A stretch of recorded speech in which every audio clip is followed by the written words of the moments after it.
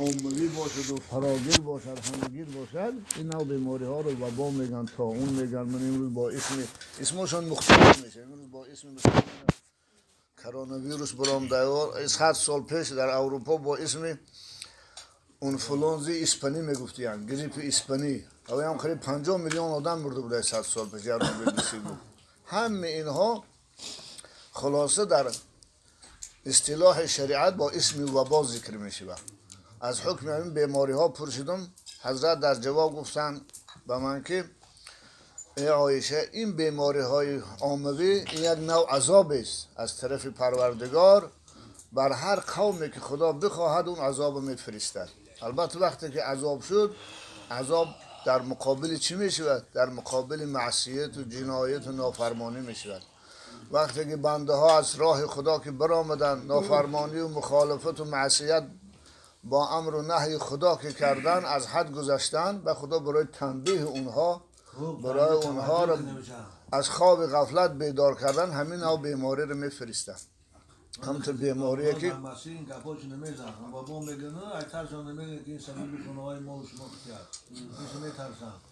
سبب فسادی اخلاقی جامعه است اینش نمیگم. داشتم فهم به این خدا به حکمت نمیفرسته. خدا هیچگاه قوم عذاب نمیکنه وقتی که صالح باشن. این آیه صریح قرآن است. خلاصه کلام وقتی که عذاب که باشد دیگه فهمید که عذاب در عوض چی می بیاد؟ در عوض معصیت و گناه می بیاد. وقتی که بنده در روی زمین کنار مخالفت خدا کرد، واقعا در این 20 سال اخیر فقط یک خونریزی ها رو میگویم. شما یک تصور کنه، تصور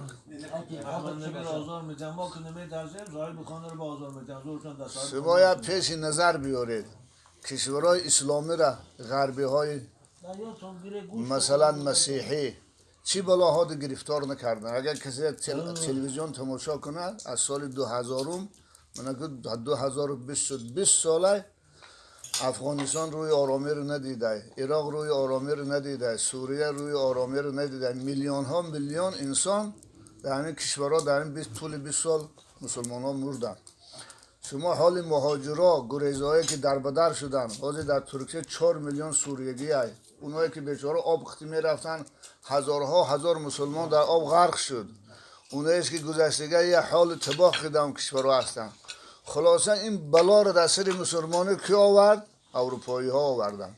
خطایی ها باشه در خطای بدبخت نسبت اویغورها، نسبت مسلمان های خطای ببینید چی روز سیاه آوردن. حتی بی بی سی رو تماشا کردم، من خود بی بی سی خبر داد 5 میلیون جوان مرد مسلمان و زن و مرد مسلمان رو در یه لگیرها مخم کردگی هر روز مجبورشان عرقشان میدادن، گوشت خوکشان میدادن، گوشت های حرام بخشان میخوردگی نمیدادن، از نماز خواندن از اینو منع کردگی. خوب بالاخره طغیان انسان که از حد گذشت به خدا فرستادن بیماری را. حاضر حساب کنه 80% مرگ و میرهای این بیماری از جانب کافرای اروپا. خود من امریکا که سرورشون است، لشکری که کلانشون است، قریب 9 میلیون زیاد گذشت مردمش که مبتلای همین کسل، قریب 25 26 27 هزار آدمش مرد. ولی آینده معلوم نیست با چه دیگر دیگه. اروپاش هم همین خیلی. اروپا 1.5 میلیون امروز زیادتر اگر رفت و بیماری همین وباد مبتلا شده باشه 80% اروپا و امریکا هستن. با خطای است و مثلا بعد دیگه کشورها. خلاصه این عذاب خدا سری امنا داره. البته وقتی عذاب الهی که آمد عذاب عام میشه. البلیه تو اذا نزلت عمد میگن عرب ها. بلا وقتی که نازل شد با خشک‌تر میسوزه. از این خاطر حضرت دوامش گفتن و ان الله جعله رحمتا للمؤمنین. اما این عذاب که بالای کافرات عذاب است، اگر رفت یگان مؤمن یگان مسلمان در این عذاب الهی، در این عذاب عاموی اگر رفت هلاک شود و انشاءالله درجه شهادت میبره. چرا که برای بنده مؤمن رحمت است. بنابراین حضرت گفتن کسی در بیماری طاعون وفات میکنه یا بیماری کرونا ویروس وفات میکنه مقام شهادت داره، درجه شهادت میبره. برای برای اونها عذاب است، برای اونها حسرت است، برای اونها خسارت است. اما برای بنده مومن رحمت و شهادت است. ليس من أحد يقع الطاعون فيمكث في بلده صابرا محتسبا يعلم أنه لا يصيبه إلا ما كتب الله له إلا كان له مثل أجر الشهيد. رواه البخاری. حضرت بنده های مومن تعلیم دادند وقتی که همین نوع وباها در جامعه پیدا می شود، در کشور پیدا می شود، ما باید چی رفتار کنیم، چی عکس العمل نشان دهیم، چی معامله داشته باشیم. حضرت گفتند که در کدام شهر مسلمان نشینی اگر رفت و همین نوع بیماری ها پیدا شد، باید بنده مومن با صبر و احتساب در شهرش در خانهش بشینه، یعنی صبر کنه و احتسابش معنیش یعنی طلب ثواب، امید ثواب از پروردگار بکند که در عوض این بلا، در عوض این امتحان خدا به من اجر میده، پاداش میده، ثواب میده. با یقینا این اعتقاد داشته باشد که اون چی خدا برای من نوشته باشد همون من به میرسه. اگر مرگ من خدا با همین تقدیر کرده باشد ما راضی هستم، مقام شهادت میرم. لیکن اگر رفت و قضای الهی به مرگ من نرفته باشد، نوشته نشده باشد، 100 کرونا ویروس هم که بیاد من انشاءالله نمیمیرم، زنده میمونم. باید هم تو عقیده داشته باشد. این خیال نکنه که این بیماری حتما منو میکشه. نه، خدا نوشته باشد میکشه. خدا نوشتگی نباشد در دهان کرونا ویروس هم کروی، در کامش هم کروی، خلاصه نمیمیری. انا کسی که با همین اعتقاد در خانهش نشیند و صبر کند و طلب و امید ثواب کند، خدا هم براش اجر یک شهید میدهد. حتی زنده هم موند ثواب شهادت میبرد. اون مردگیش که شهید میشه، مسلمان مردگی، مسلمانی که نمیرد و زنده موند ثواب شهادت اجر شهید میبرد. بنابر خاطر همین حضرت عایشه مادرمان حتی حالی من کرانتینی که اروپایی ها امروز رعایت دارن، یگانه راه برای پیشگیری این بیماری نیاکن کرانتین است، این خانه نشینی. کشورها رو بستن، نه کسی از کشور خارج میشه و نه کسی از خارج کشور رو میداره. تمام دولت ها امروز بسته. 95% سمالیات در ایرپورت ها خوبه. این خسارت مالی اقتصادی که اون قدر رسیده، این مرگ و میرها زیادتره. لیکن جای دادستان گفتن ندارن، برای که نه تانک هاشون به کار میره، نه کشتی هاشون به کار میره، نه سمالیات و نه راکت و نه بمب هاشون، همه زمینگیر شده هستن. برابر یک دشمنه که اون دشمن با چشم نمیبینم. البته این عالم همش لشکر خدا های و ما یعلم جنود ربک الا هو. این لشکری های خدا رو خدا خودش میدونه. حالا یه مخلوق ضعیفترین و کوچکترین خدا عذاب کرده است. اگر رفت تو یک سیاره رو فرستانه جانب زمین، یه جرم آسمانی رو فرستانه روی زمین، چی بشه حالی ساکنای زمین؟ بنابراین همش از لشکر خدا های.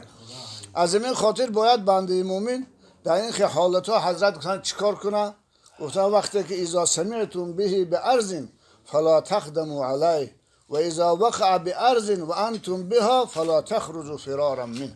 این کرانتین اروپایی هایی که خوش متمدن میگن پیشرفته میگیرن در عصر 19 با یاد گرفتن. حضرت گفتن که وقتی همه خیلی بیماری های سرایت کننده در شهر شما پیدا شد، وقتی که در شهر شما پیدا شد گفتن از شهرتان بیرون نشوید. اما وقتی که از بیرون باشید و بفهمید که در فلان شهر همین خیلی بیماری پیدا شده است، در اون شهر وارد نشوید. من همین نظام کرانتین 1400 زیاده 1400 سال پیش پیغمبر خدا به ما گفتن، اروپایی ها 100 سال پیش یادش گرفتن یا 150 سال پیش بفهمیدن. این افتخار اسلام است. من امروز یگانه گویا که تدبیر، یگانه معالجه برای پیشگیری همین برای که کرونا ویروس حال همین شده. همه رو خانشین کردن. همون خانه نشستن، مثلا نه کسی خانه نمیاد نه تو بیرون رفته میده. حتی جمع آمدهای 2-3 نفر زیاد من کرده شدن که در یک جا 2 نفر زیاد در انگلی حتی جمع شدنش ممکن نیست. چیزای من این جمع آمد ما اصلا ممکن نیست. وقتی که رژیم کرانتین در شهر اگر جاری شود اصلا ممکن نیست خیلی محفل نشستن. خلاصه کلام این هم افتخار اسلام است که این حالت پیغمبر خدا به ما تعلیم دادن که شما کرانتین رعایت کنید. اگر رفت تو کشور دم کرانتین جاری شود ما مسلمان ها باید او رو رعایت کنیم. این خلاف دین و خلاف دستورات اسلام نه. اگر رفت تو مسجد رفتنم سبب همین بیماری رو انتشارش میشده باشد، سبب مرگ زیاد شدن مرگ و میره ها میشده باشد، بله اشکالی نداره ترک نماز جماعت، ترک نماز جمعه. برای که حدیث های صحیح دمون میدونیم وقتی که باران سخت میشد در مدینه منوره خنک میشد حضرت مؤذن امر میکردن میگفتن بگوی صلوا فی رحالکم با آواز بلند اعلام کن مردم رو که نمازها رو در خانه خوانند که باران آدم نمیکشت باران فقط خم زحمت تر و مثلا آب و گل شدن بود وقتی که به خاطر باران حضرت امر کردن مؤذن که بگوید که مردم در خانه نماز خوانند در این بیماری خطر جان است خطر مرگ است اگر رفت در جامعه ما مثل اروپا و مثل همه خیلی منتشر شود بله وقتی که متخصص ها در مصلحت یعنی که باید مسجد ها تعطیل شود جماعت جمعه ها ترک شود تراویح ها ترک شود مردم در خانه ها نماز خوانند اشکال ندارد برای که تمام کشورهای اسلامی در همه علما ها این فتوا رو داده هستند ای مسجد الحرام و مسجد النبوی بینید اگر تلویزیون با دیگه جماعت های عمومی نیست فقط هم چند نفر کارکنای مسجد برای خاطر که مسجد بالکل ترک نماز نشود ترک جماعت نشود نماز جمعه و جماعت خوانده است دیگه خلق نیست نه در مسجد الحرام ای من خودم چند بار تماشا کردم جمعه هاش نه در مسجد النبوی ای مصر هم همین ای همه کشورهای اسلامی حتی من افغانستان هم حال رمضان علماش فتوا برآوردن که هم خیلی میشه ازبکستان و قزاقستان هم همین قرار برآوردن خلاصه اگر رفتم مادم شود جای مثلا خفه شدن نیست و اعتراض کردن نیست این هم یک امتحان الهی است برای مردم که کسان نشان میشه خاناتون دیگه جماعت کنه همسراتون که ناختی دوتان پیش داره و اخوانده کنه خانه میشه تسبیح گفتن شرم نیست چهار کردی خوانده یادم کنه هر پیش بگیری بکنه چهار کردی خانه اما تراویح خانه تا نه که در خانه تراویح نخانه